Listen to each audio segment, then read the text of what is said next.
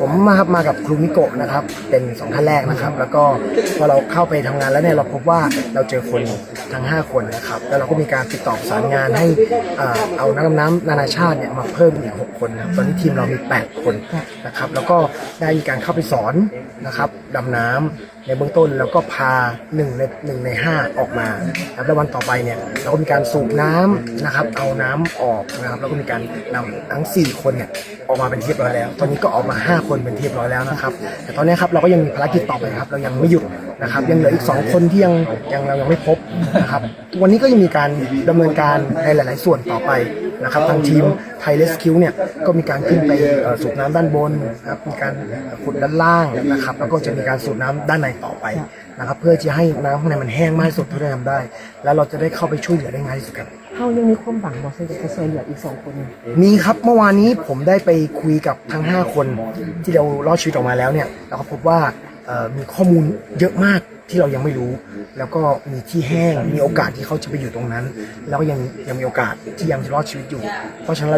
เราจึงยังไม่หยุดที่จะค้นหายังดำเนินการค้นหาต่อไปครับเขาสามารถประเมินบอกว่าขั้นคนที่ทำดุลปานนี้แล้วเมื่อบ่ได้กินอาหารไม่ได้กินน้ำเลยสิเขาจะอยู่ได้จากประมาณจากมื้ออยู่เป็น10 วันนะครับในเบื้องต้นเนี่ยผมมีการสอบถามทางคนที่อยู่ด้านนอกเนี่ยเขาบอกว่าคนที่อยู่ในมีการนำอาหารไปบ้างแต่โอเคเราก็ไม่รู้ว่าเอาไปเยอะแค่ไหนนะครับแล้วก็มีการดื่มน้ำมีน้ำดื่มแล้วก็ทางผู้ที่รอดชีวิตเขาก็บอกว่าเขาก็ดื่มน้ำในถ้ำนั่นแหละนะครับก็เอามีการกรองมีการให้มันตกตะกอนก็ดื่มน้ำประทังชีวิตได้อยู่นะครับซึ่งก็อยู่มาได้นานอยู่พอสมควรก็เรามีความหวังว่าเขายังคงรอเราไปช่วยเหลืออยู่ยังมีชีวิตอยู่ครับครูเบ้นเห็นว่ากรณีนี้นะมันมีความแตกต่างจากกรณีที่เขาเคยกับน้ำช่วยคนที่ผ่านมาเป็นอะไรเลยโอ้เยอะนะครับถ้าเราพูดถึงถ้ำหลวงที่ผ่านมาเนี่ยอันนั้นถ้ำจะใหญ่แต่อันนี้เล็กมากถ้ำนั้นมีหลายแยกอันนี้มีทางเดียวแต่เล็กมากความลำบากในการเข้าออกใช้เวลานานแล้วก็ค่อนข้างแคบนะครับนี่คือความลำบากที่สุดในการเข้าออกแล้วก็ในถ้ำที่มีน้ำเองแคบขนาดเล็กขนาดเนี่ยมันค่อนข้างที่ต้องใช้ความเชี่ยวชาญพอสมควรแม้กระทั่งพวกเราเองเนี่ยเรายังต้องเข้าทีละน้อยนะครับรอบแรกผมเข้าไป5 เมตรออกมาคุยกันก่อนเข้าอีก10 เมตรออกมาคุยกันก่อนเราถึงตัดสินใจว่าโอเคเราจะต่อไปเรื่อยๆแล้วจนเราไปถึงนะครับก็ต้องใช้เวลาต้องใช้สมาธิต้องใช้ประสบการณ์เพราะว่าเราต้องมั่นใจที่สุดว่าการที่เราเข้าไปแต่ละครั้งเนี่ยเราจะปลอดภัยออกมาเพราะเราก็ไม่อยากเป็นผู้ที่ติดคนต่อไปเพราะอย่าลืมว่าทุกคนตอนนี้ก็เหนื่อยมากแล้วเราต้องสวัสดีข้าพเจ้าชื่อว่าภูธร คัมภีรวงศ์ผู้ตั้งหน้าให้ทีมงานกู้ภัยและเป็นผู้ประสานงานหลักในการจัดตั้งปฏิบัติเวียกงานกอบกู้เอา7 ชีวิตจากถ้ำอยู่เมืองลองแจ้งแขวงไซสมบูรณ์เนาะซึ่งข้าพเจ้าขออนุญาตรายงานแผนจัดตั้งปฏิบัติที่พวกเขาได้เฮ็ดมาระยะผ่านมาที่ตั้งแต่ทีมงานหน่วยกู้ภัยลาวและหน่วยกู้ภัยไทยที่เข้ามาร่วมช่วยกันซึ่งพวกเขาได้วางแผนร่วมกันกับทั้งหน่วยกู้ภัยซึ่งได้จัดตั้งปฏิบัติแบ่งหน้าเวียกออกเป็น11หน้าเวียกเนาะซึ่งหน้าเวียกอันที่1คือพวกเขาได้มากวดกาเบิ่งสถานที่แล้วก็ได้วางทีมควบคุมทั้งหน้าถ้ำอันดับที่2พวกเขาแต่งตั้งทีมค้นหาเขาจะเฮ็ดแบบใดก็คือมาเบิ่งหน้าถ้ำแล้วก็เบิ่งทั้งรอบนอกทั้งโพรงทั้งอากาศพวกเขาก็ได้มีทีมสนับสนุนเนาะแล้วก็เบิ่งทางเกี่ยวกับระบบทางน้ำเนาะฉะนั้นพวกเขาได้ประเมินแล้วพวกเขาจึงได้สั่งทีมขึ้นมามีทีมตอบสนองเวียกงานฉุกเฉินส่วนหน้าผู้ปฏิบัติงานถ้ากรณีเกิดอุบัติเหตุพวกเขาต้องประเมินไว้ว่าจะเฮ็ดแนวใดทีมงานเซฟตี้พวกเขาต้องมีเนาะกรณีอาสาสมัครหรือว่าทีมงานกู้ภัยหรือลาวหรือว่าบุคลากรที่เข้ามาร่วมงานนำพวกเขาหรือว่ามาปฏิบัติการนำพวกเขาถ้าเกิดอุบัติเหตุพวกเขาจะต้องประเมินแนวใดแล้วช่วยเขาเจ้าท่วงทันแนวใดยกตัวอย่างถ้าเข้าไปได้ทำละบ่มีหมวกกันน็อกใส่แล้วไปต่ำนอหินน่ะเลือดออกเนี่ยพวกเขาจะเฮ็ดแนวใดอันนั้นซึ่งพวกเขาก็ได้จัดเป็นทีมอีกทีมนึงแล้วอีกแขนงนึงก็คือทีมเปิดเส้นทางทีมเฮ็ดเส้นทางตอนนี้พวกเขาได้เฮ็ดเส้นทางเข้ามาเป็นฮอดหน้าปากถ้ำเนาะอันที่3ก็คือทีมสื่อสารซึ่งทีมสื่อสารพวกเขาก็ได้พยายามที่จะเฮ็ดให้แนวใดเพราะว่าอยู่ในจุดดังกล่าวมันมีอุปสรรคหลายก็หมายความว่าจุดดังกล่าวมันห่างไกลจากตัวเมืองแล้วพวกเขาประสานงานกันยากบ่มีอินเทอร์เน็ตโทรศัพท์ก็โทรบ่ได้ใช้โฟนี่บางครั้งสัญญาณอาจจะขาดแล้วก็บ่ได้เฮ็ดให้การประสานงานพวกเขาซ่าดังนั้นก็ได้เลยเฮียนขอทางท่านเจ้าแขวงท่านคณะแขวงพลเมืองเพิ่นเห็นดีก็เลยห้องคอไปหาบริษัทลาวโทรคมเพิ่นก็ได้ซัพพอร์ตอินเทอร์เน็ตให้พวกเขาเมื่อซัพพอร์ตอินเทอร์เน็ตให้พวกเขาแล้วพวกเขาสามารถเฮ็ดเวียกได้ไวขึ้นแล้วก็ทีมจัดหาเสือกแล้วก็สายเสือกที่เข้าไปในถ้ำแล้วก็สายเสือกโรยตัวพวกเขาก็ได้แบ่งทีมอุปกรณ์ออกไป ทีมการแพทย์ก็ได้จากห้องหมอเมืองเขาเอิ้นห้องหมอเมืองลองแจ้งเขาได้มาประจำการอยู่ที่จุดเกิดเหตุอยู่ด้านหน้าถ้ำแดมีจุดที่ทางปากเข้ามาแดอยู่สโมสรแดซึ่งเป็นทีมแพทย์ของรัฐบาลของพวกเขาเนาะ3ทีมขนส่งนี่ถือว่าประชาชนและไอ้น้องทหารตำรวจมีบทบาทอย่างสำคัญหลายประชาชนเบิดทุกคนในหมู่บ้านช่วยกัน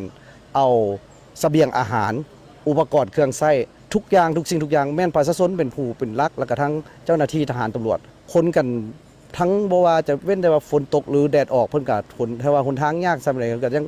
สู่ชนเอาอุปกรณ์ขึ้นมาให้ทีมงานกู้ภัยไทยและกู้ภัยลาวและคณะกรรมการที่ประจำการอยู่นี่ได้อย่างครบถ้วนอันนี้ก็ต้องชมเชยเนาะแล้วอีกหนึ่งหัวข้อคือทีมงานเคลื่อนย้ายเขาต้องได้วางแผนว่าเขาเจ้าอยู่ในภาวะใดการปีนป่วงเขาเจ้าสิเฮ็ดแบบใดในปัจจุบันนี้เขาเห็นเนาะว่าเขาได้พบหาคนแล้วเขาประเมินแล้วว่าเขาเจ้ายังมีสุขภาพที่ค่อนข้างแข็งแรงดีแต่ว่าพวกเขาต้องประเมินละเอียดว่าเขาจะนำเขาเจ้าออกมาได้แบบใดและทีมงานเคลื่อนย้ายนี่มันสำคัญหลายโมเมนต์แต่เคลื่อนย้ายออกจากถ้ำต้องเคลื่อนย้ายออกมาจากหน้าถ้ำแล้วจะเฮ็ดแนวใดจากหน้าถ้ำไปสู่บอนปฐมพยาบาลที่ถูกต้องฉะนั้นนี้เขาก็ได้วางทีมไว้แล้วทีมดำน้ำกู้ภัยพวกเขาก็แยกอีกไปโซนหนึ่งให้เขาเจ้ามีขอบเขตบริเวณที่เป็นส่วนโตเพราะว่าทีมดำน้ำเวลาเข้าปฏิบัติหน้าที่เขาเจ้าห่างกายเขาเจ้าจะออนล่าหลายเวลาออกมาเขาเจ้าต้องรีบล่างโตเขาเจ้าต้องรีบมากวดกาสุขภาพแล้วต้องไปพักผ่อนต้องไปกินอาหารเมื่อก่อนตอนเริ่มต้นก็มีอุปสรรคด้านนี้หลายเพราะว่าเขาบ่มีสถานที่ย้อนว่าสถานที่เขาเป็นผู้ผาป่าไม้อันนี้ก็เจอปัญหาหลายเนาะและสุดท้ายเนาะก็คือทีมสนับสนุนเคลื่อนย้ายใต้น้ำนี่พวกเขากำลังประเมินอยู่ว่าการสูบน้ำพวกเขานี่สิได้มาตรฐานบ่ถ้าดูดน้ำจนแห้งแท้ๆพวกเขาสามารถเคลื่อนย้ายให้ได้บ่ถ้าบ่ได้แท้ๆพวกเขาจะใช้วิธี2คือเคลื่อนย้ายทางใต้น้ำอันนี้ก็จะมีเรื่องละเอียดอ่อนฉะนั้นนี่คือแผนเวียกที่พวกเขาเฮ็ดในระยะผ่านมาถือว่าเป็น11หน้าเวียกที่พวกเขาบุกทะลุอย่างนักเนาะแล้วก็ถือว่าทุกคนบ่ได้หลับบ่ได้นอนเพื่อซอยชีวิตทั้ง7ท่านออกมาอย่างปลอดภัยสำหรับในด้านอุปสรรคนี่เฮาสิเว้าคร่าวๆเลยว่าก็ได้คือเว้าในเบื้องต้นแล้วว่าด้านอุปสรรคนี่หมายความว่าสถานที่ดังกล่าวนี่ไกลจากตัวเมืองสถานที่ดังกล่าวแม่นอยู่ในบอนภูบอนผาซึ่งจะยากหลายอย่างเนาะคือเดือนได้กล่าวมาเบื้องต้นท่านฉะนั้นถึงว่าจะยากหลายอย่างก็ตามแต่พวกเขาได้ปฏิบัติอย่างเต็มที่แล้วก็ได้รับการช่วยเหลือซีน้ำจากคณะการนำทุกภาคส่วนทั้งการนำขั้นสูงการนำขั้นแขวงการนำขั้นเมืองขันตาแสงขันบ้านและประชาชนทุกคนชาวหนุ่มบ้านรวมถึงทุกคนทุกภาคส่วนก็ให้กันสนับสนุนและช่วยเหลือพวกเขาอย่างบ่หยุดยั้งและอันนี้พวกเขาต้องขอบใจดังนั้นก็ในแผนการต่อไปพวกเขาจะคุ้นเชี่ยวเพื่อจะกอบกู้เขาเจ้าออกมาให้7คนนั้นได้ปลอดภัยนั่นคือภาระหน้าที่ของพวกเขาเนาะต้องขอบใจเป็นไงพลัง เป็นไงบ้างวันนี้ เอา ส อะไร ถาน เพิ่มไหม การณ์ เอาเมซอนไหมชาเขียวปั่นไหมพิซซ่าไหมKFC ไหมอดเอาเดี๋ยวกลับไปกินที่บ้านเรา ที่พูดมานี่ได้เหรอ หิวใช่ไหมล่ะนายหิวเราก็หิวนายไม่เสร็จเราก็ไม่ได้กลับ สู้ๆนะ เสร็จ ทีม ยัง งาน เสร็จยังผมไปก่อน เจ้าสายลำเงินวงพระจันทร์ประธานสมาคมอาสากู้ภัยนครหลวงหรือว่า1624เนาะเปิดสุขเสริญเนาะนับแต่มือแรกทางการนำของแข็งเนาะใส่สมบูรณ์พอมีพ่อแม่พี่น้อง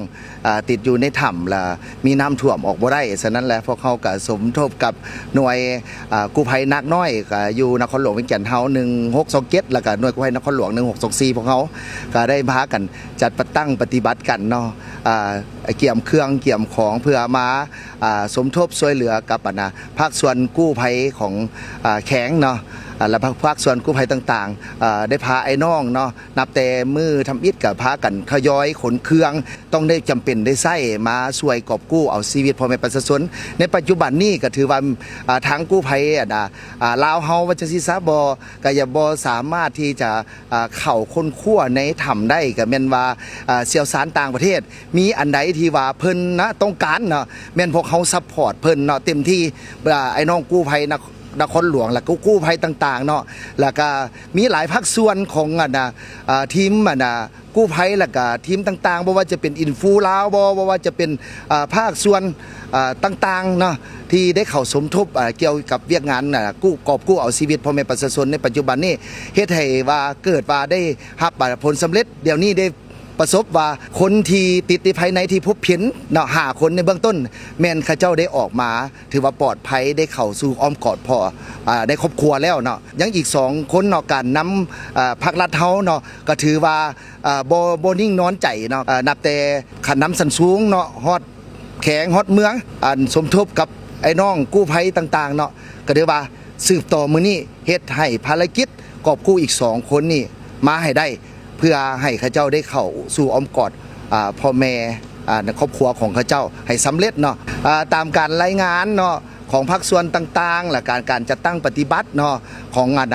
การนำเนาะและก็วิชาการเห็นว่ามื้อนี้ได้โอ้ล้มกันและปรึกษาบ่ว่าฝ่ายการต่างประเทศเนาะเห็นว่าข้าเจ้ายังมีโอกาสสูงในการที่ว่าข้าเจ้าสิมีชีวิตออกมาย้อนว่าหยังสภาพแวดล้อมเนาะถ้าเอื้ออำนวยแดดออกสามารถสูบน้ำได้แล้วก็เบิ่งแล้วทางในการปฏิบัติเนาะออกมาเพราะว่ามันเข้าไปในพื้นที่นั้นมันมีหลายปองหลายหูแล้วก็มีการระบายน้ำออกได้แล้วก็ทั้งกู้ภัยวิศวการบ่ว่าจะเป็นทั้งลาวทั้งต่างประเทศการนำเนาะเห็นว่าโอกาสสูงที่ว่าข้าเจ้าจะประสบผลสำเร็จและก็ช่วยชีวิตออกมาได้สำหรับหน่วยงานเฮาเนาะก็สิว่าจะสืบต่อสมทบกับภาคส่วนต่างๆกู้ภัยลาวกู้ภัยไทยแล้วก็เชี่ยวชาญการต่างประเทศแล้วก็เป็นกำลังใจเนาะให้ทุกๆภาคส่วนถ้าว่ามีหยังขาดเหลืออย่างต่างๆพวกเขาแม่นร่วมแรงร่วมใจกันซัพพอร์ตสิ่งที่จำเป็นให้วิชาการที่เพิ่นเข้าไปทางไหนเพื่อค้นหาผู้รอดชีวิตนะเจ้าจุดซุ้มก็คือต้องฮีบฮ้อนเอาผู้ที่ยังรอดหรือบ่รอดบ่อย่างก็แล้วแต่พวกเขายังมีความหวังช่วย2ชีวิตนั้นออกมาอย่างกันนะครับเอาไปนะปั่นเข้ามาเลยนะค่อยครับค่อยค่อยค่อย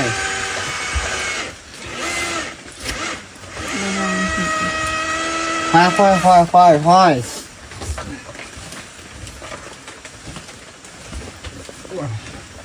Hello brother